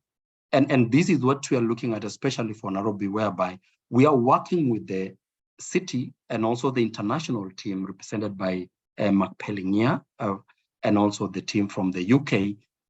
But not only to build the capacity, but also retain, especially at the city level, to spearhead, especially the risk reduction work and really implement as part of operationalizing the NDCs, and also amplifying and documenting innovative climate risk reduction and locally led adaptation options for Africa in the global stocktake is quite strategic for us. Of course, we missed last year to submit, but through the platforms like the International Platform for Adaptation Metric, led here by Carl, we have had the opportunity to really discuss around really influencing this process. But for the Specialty Tomorrow Cities work, this, and especially looking at the multi-hazard risk work, this is an opportunity for us to look at, especially towards COP28, and also the discussion on global stocktake. And especially this is very strategic in terms of really capacity building, taking the interest for the local cities in Africa, but also benefit from climate finance and also technologies. Thank you very much. And these are some of the partners that we were part of from 2019. Thank you.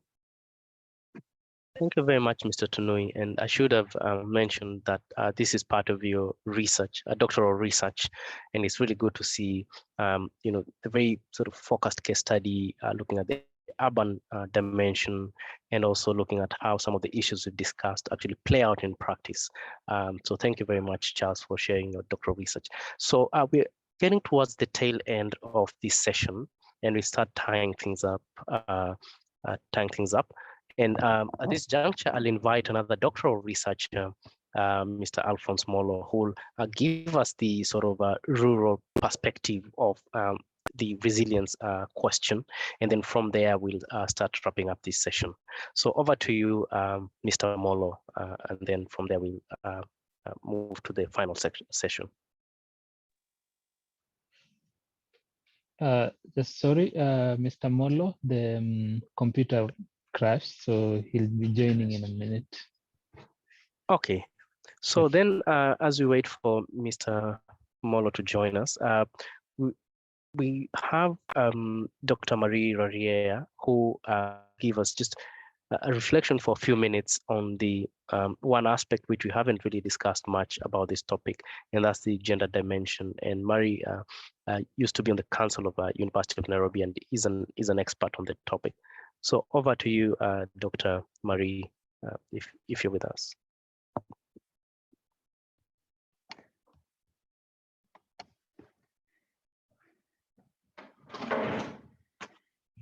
Good afternoon, Kennedy. Good afternoon. Yes, I think it is nice that I'm ambushed, but I said I could contribute. And I think what I want to say from gender dimensions, as somebody requested, is that integration of gender issues into all aspects of projects, programs, policies, conceptualization, development, implementation, and evaluation remains very relevant. So we must have that gender-based analysis. And as we think, I was listening to Charles talking about the risk reduction. And I know it is at a big picture of that, but I'm thinking of when we think of the risk, were we also thinking how this affects both men and women and the youth and children? What would be the overall impact? And I think as we look within the context and we talk of gender, we should always ask ourselves, what are the gender issues? What are the challenges? And how does these issues affect men and women, youth and children, and people with disability? And what this would require is that you really have to look at the percentages of these genders, male and female, affected by these issues, or the proportions.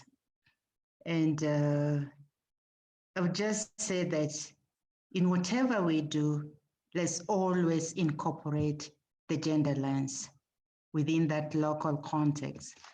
And I think I just want to leave it at that at all stages of conceptualization, development, implementation, and evaluation, let's integrate the gender lens in our programs.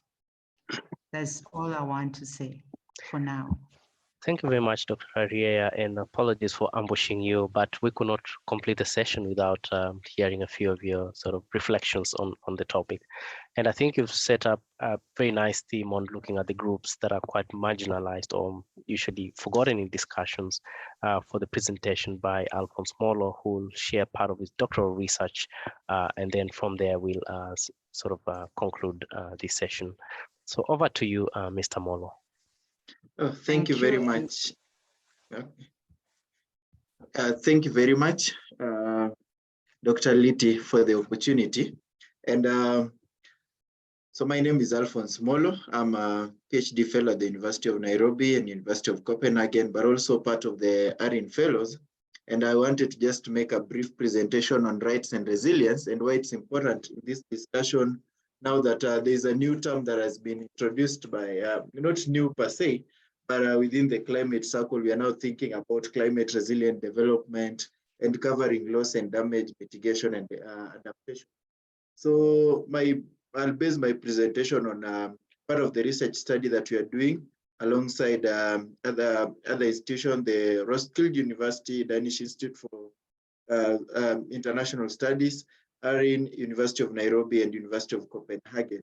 And the whole idea has been to try and look at the linkage between land rights and adaptation, especially for the frontline community who are and this is the pastoralist in the northern parts of the country. And this particular area, I want to say it's arid and semi-arid. And there's always this assumption that these particular lands are empty, or they use terms as wastelands or empty lands or land that can be set aside for other uses. So they disregard the use of this particular fragile ecosystem for grazing and the role that they play in terms of food systems within the region.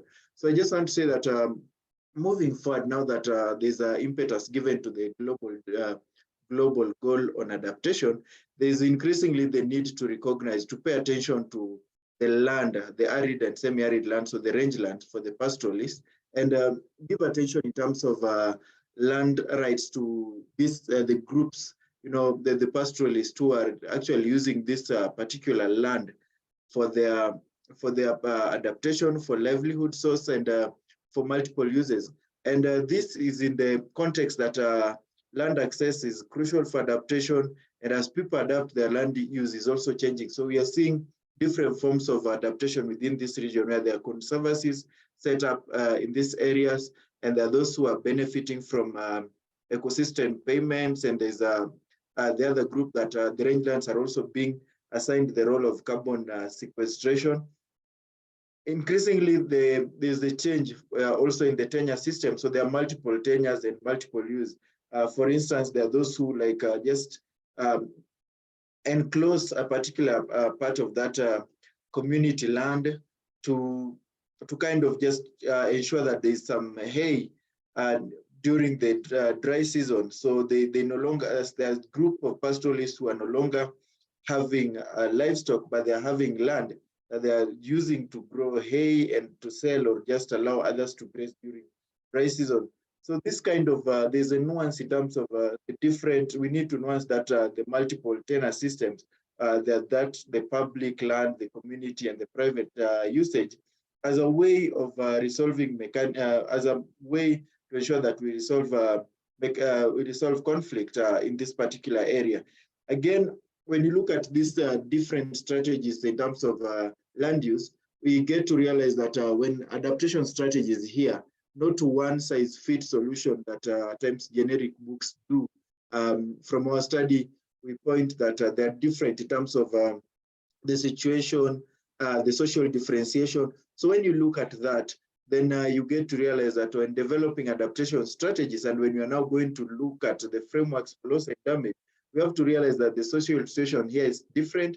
And again, we have to appreciate that that the use of land here is going to be different. And based on that, then now when you're framing loss and damage, then we have to take into consideration the different land tenure system. Again, now within these new systems, how best do we support these communities, the frontline communities, in terms of adaptation?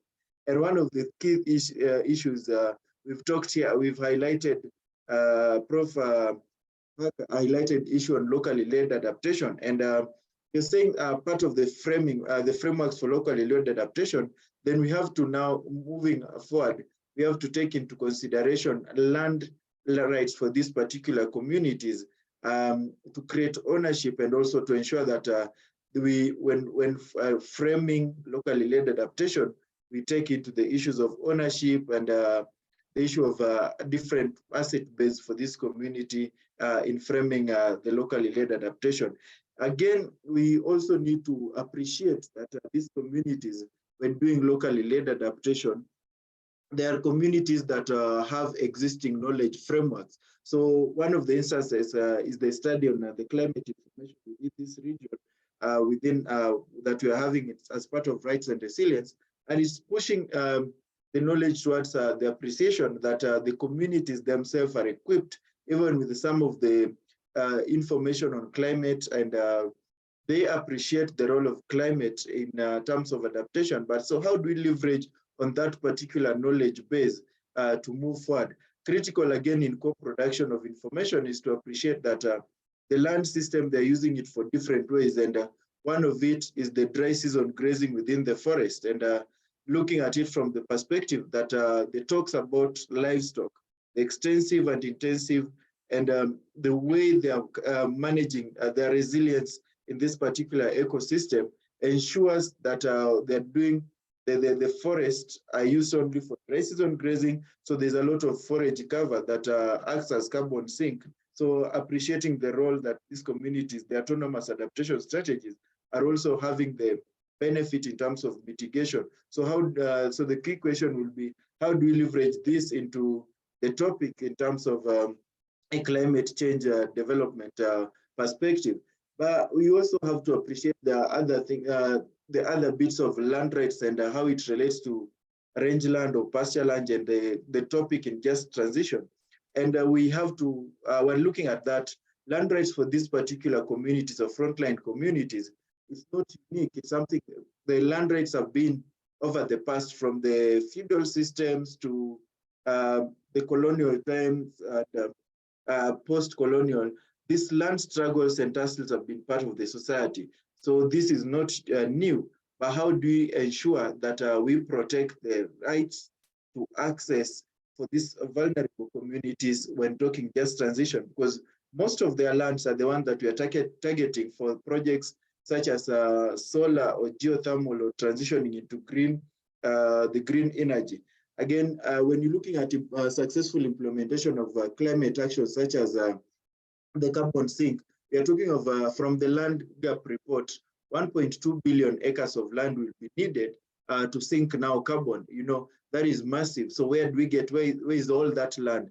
Are we going to earmark part of the lands within this, the territories of the pastoralists and this?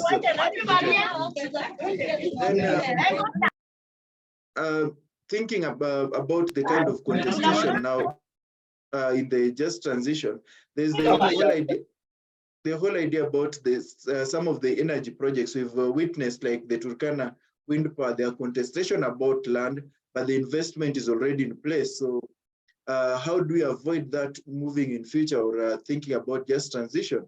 Because we're thinking about leaving no one behind, that kind of an approach to development. We don't want to fix one side of the problem, but we cascade problem somewhere else. We are having cases again in geothermal around the Maasai territory in Naivasha. So these are kind of the issues that we want to highlight, that as we move to the next level of debate in terms of global adaptation goals, loss and damage, we ensure that land rights are protected. And even when you're talking about insurance and compensation, then we are going to, you know, owners of the land or crop owners who can lay claim to a particular land are the ones that are going to be really looked at in terms of compensation. So what do we say of these things? One, that it's important. Sorry, Molo, Yes, could you please conclude in a minute? Yes, so I'm just concluding that as I summarize, part of the key takeaways during the COP27 and in relation to land, that the global adaptation goals must take into account land rights of these communities, the pastoralists. Two, for loss and damage, again, we have to look at the issue of land rights for these communities. And these communities, their access to land also play a role in terms of providing nature-based solution, the integrated rangeland management or integrated forest management. If these communities have access to land, data shows that they are better custodians, and you'll achieve so much giving the rights, the communities land rights, and you'll achieve also so much in terms of providing a solution to some of the problems.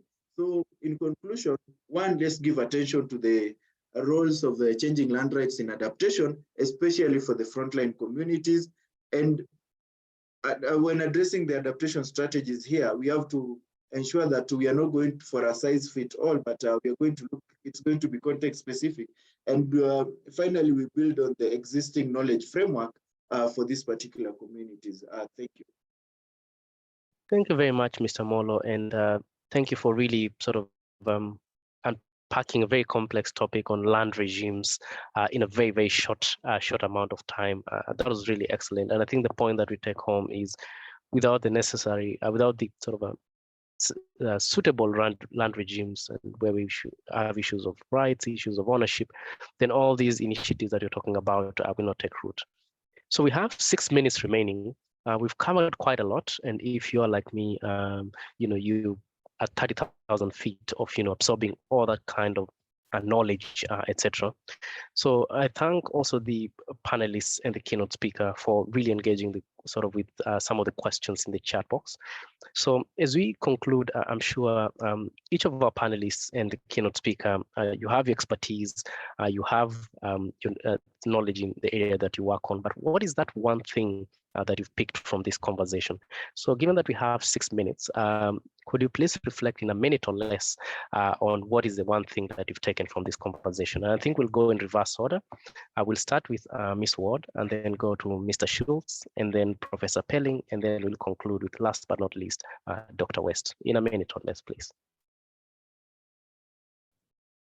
Thank you, Dr. Beva, and to all of my co-panelists and the keynote speakers, and even the presenters that have just presented the very interesting case studies for Africa. I think we had a very good session, lots of interesting topics were covered, but I think for me, the key takeaway is the importance of that consensus and really getting political will as we move forward and trying to link mitigation, adaptation, and then loss and damages as well.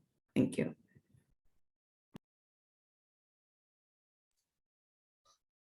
Thank you. I think my key takeaway is you've got a lot of work to do. and I think we're up to the challenge. I'm trying to be optimistic here. We've got a lot to do. The issue, I'm not a justice expert. I focus on tools. I really am very concerned about how we deploy tools and how we deploy the limited resources we have.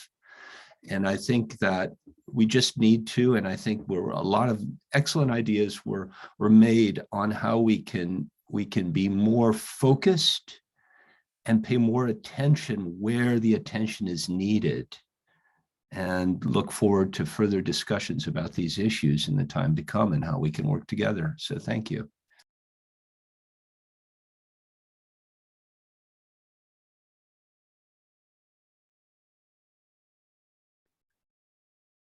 I was really struck by the detail in the research presentations, and that they do show us some ways forward, and just echoing what the colleagues have just said, the importance of partnership, not said in a glib way. It's a really challenging thing, how to bring together probably new stakeholding relationships to talk about new topics in different ways if we want to make change. Simply the same relationships we have aren't going to help in transition. They'll just accelerate business as usual and unlikely to meet the agenda. So it's the exciting ability, I think, from a researcher perspective that research and science has to offer a place and motivation for different stakeholders to come together, whether that's in the village or in a national agency or internationally, to address evidence that may have come from different places around pathways for change, so that science convenes that conversation, as well as providing one mechanism for generating evidence to empower an accountable process of change. Thanks, Kennedy.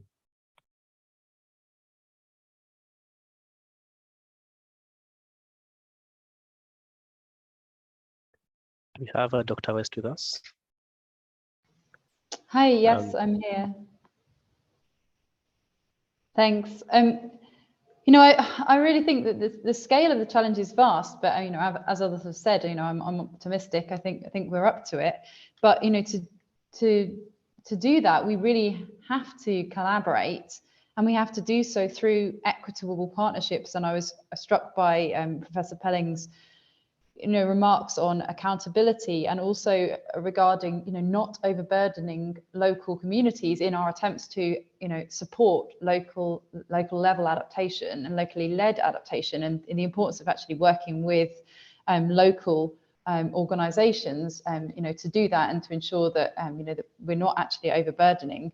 But I think that also a key kind of parallel element to that is really building capacity at scale to understand climate risks, to understand, you know, the hazard components, the exposure, the vulnerability, crucially, and then how to tackle those, you know, through you know, locally developed solutions that work in practice in context.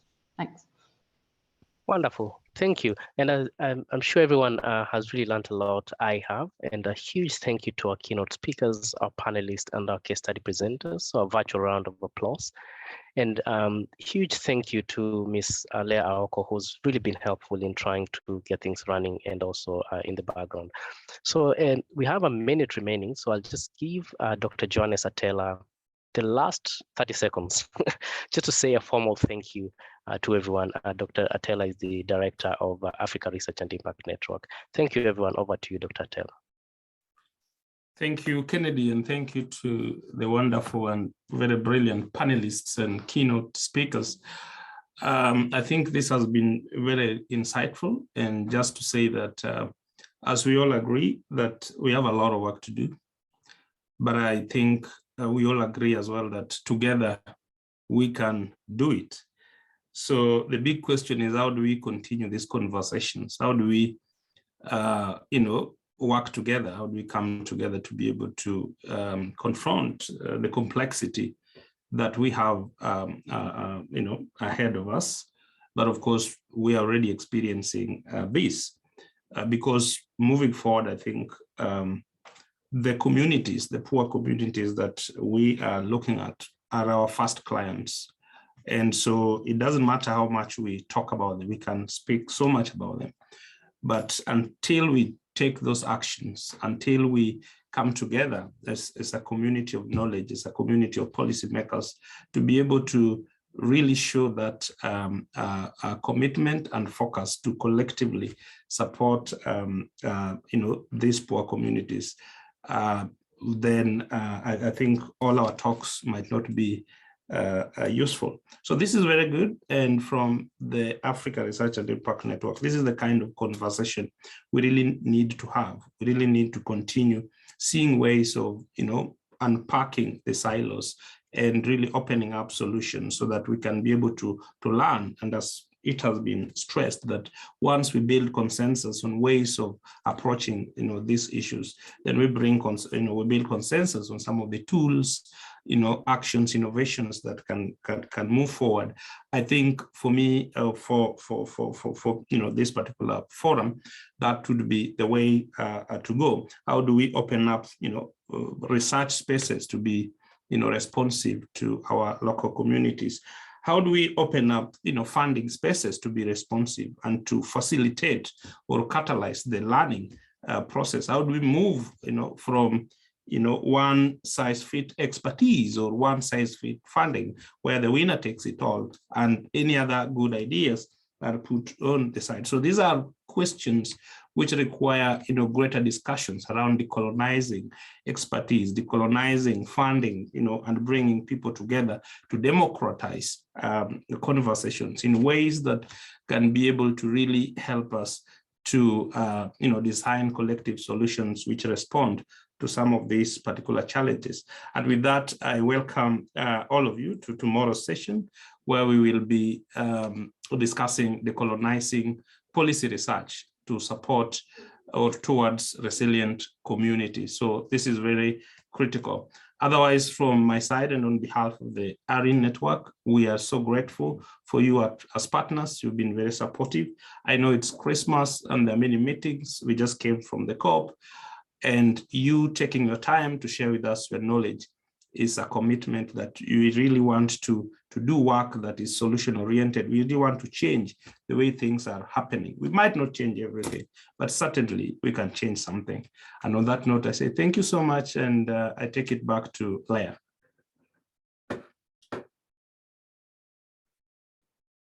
I guess we will be taking a group photo as well, Leah, before we close down. And thank you, Kennedy, for the excellent moderation as well. Yes, please let us put on our videos just for a minute or so.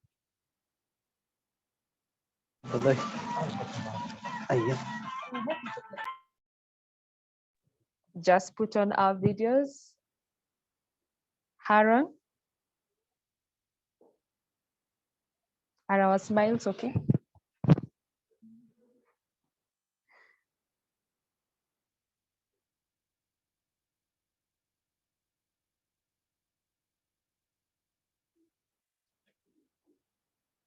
So let's smile.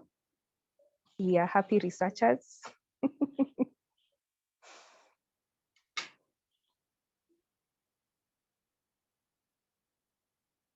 Brilliant. Thank you so much. Thank you so much, everybody. Bye-bye.